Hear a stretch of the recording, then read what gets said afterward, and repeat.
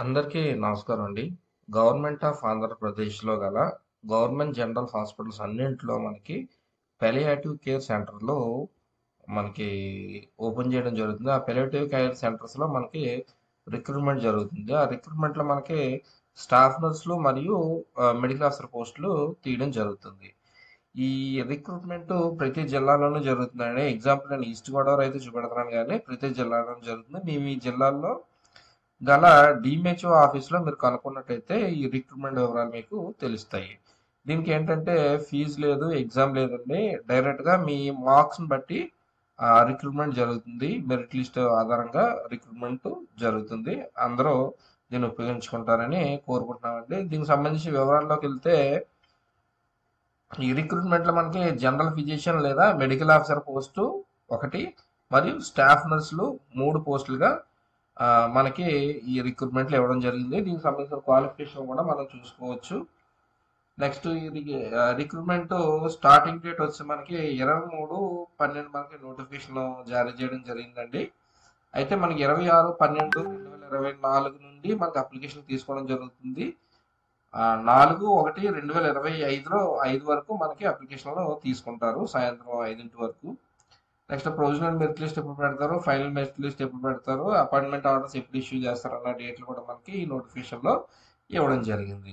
అయితే మనకి ఈ రిక్రూట్మెంట్ సంబంధించిన వివరాలు మనకి ఎక్కడ కనిపిస్తాయంటే మనకి మీ జిల్లాకు సంబంధించినటువంటి వెబ్సైట్ ఉంటుందండి. ఆ వెబ్సైట్లో రిక్రూట్మెంట్ అని మనకి ఒక ఆప్షన్ ఉంటుంది. ఆ ఆప్షన్ మీద క్లిక్ చేస్తే మీకు సంబంధించిన ఇక్కడ మీ స్క్రీన్ మీద చూస్తున్నట్టు అప్లికేషను, దానికి సంబంధించిన నోటిఫికేషను, దానికి సంబంధించిన సర్వీస్ సర్టిఫికేట్ ఇవన్నీ కూడా కనిపిస్తాయి మీకు. ఇందులో మనకి మెయిన్ ఏంటంటే మనకి ప్రీవియస్గా మీరు ఎక్కడైనా పనిచేసినట్టయితే, గవర్నమెంట్లో ఎక్కడైనా మీరు పనిచేసినట్టయితే ఆ సర్వీస్ పాయింట్లు యాడ్ అవుతాయి. నెక్స్ట్ కోవిడ్లో పనిచేసినట్టయితే మీరు ఆ పాయింట్స్ కూడా మీకు యాడ్ అవుతాయి. కాబట్టి మీరు సర్వీస్ సర్టిఫికేట్లు అన్నీ కూడా రెడీ చేసుకొని ఇచ్చినట్టయితే మీకు ఆ పాయింట్స్ మీకు యాడ్ అవ్వడం జరుగుతుంది, మార్క్స్ మీకు యాడ్ అవ్వడం జరుగుతుంది. అయితే దీంట్లో మనకు ముఖ్యంగా గమనించాల్సింది ఏంటంటే లోకల్ నాన్ లోకల్ విషయానికి వస్తే మనం అరెస్ట్వేల్ జిల్లాలో అంటే పాత జిల్లాల ప్రకారం రిక్రూట్మెంట్ జరుగుతుందండి.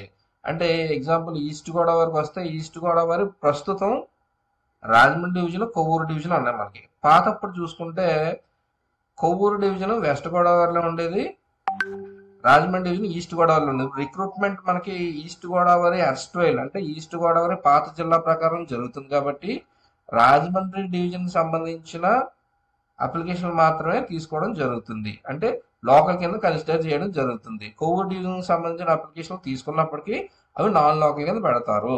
అంటే అరెస్ట్వేల్ జిల్లా ఈస్ట్ గోదావరి అంటే మనకి కోనసీమ, కాకినాడ, రాజమండ్రి డివిజన్ మరియు రంపచోడవరం, చిత్తూరు డివిజన్ ఇవి మాత్రం మనకి అరెస్ట్వేల్ ఈస్ట్ గోదావరి కింద వస్తాయి కాబట్టి వీళ్ళు మాత్రమే లోకల్ కింద కన్సిడర్ చేయడం జరుగుతుంది. అందరూ గమనించాలి. మీ జిల్లాలో, కొత్త జిల్లాలో, పాత జిల్లాలో ఏ విధంగా ఉన్నాయో అవి మీరు చూసుకొని దాని ప్రకారం మీరు అప్లై చేయవలసిందిగా కోరుతున్నాం.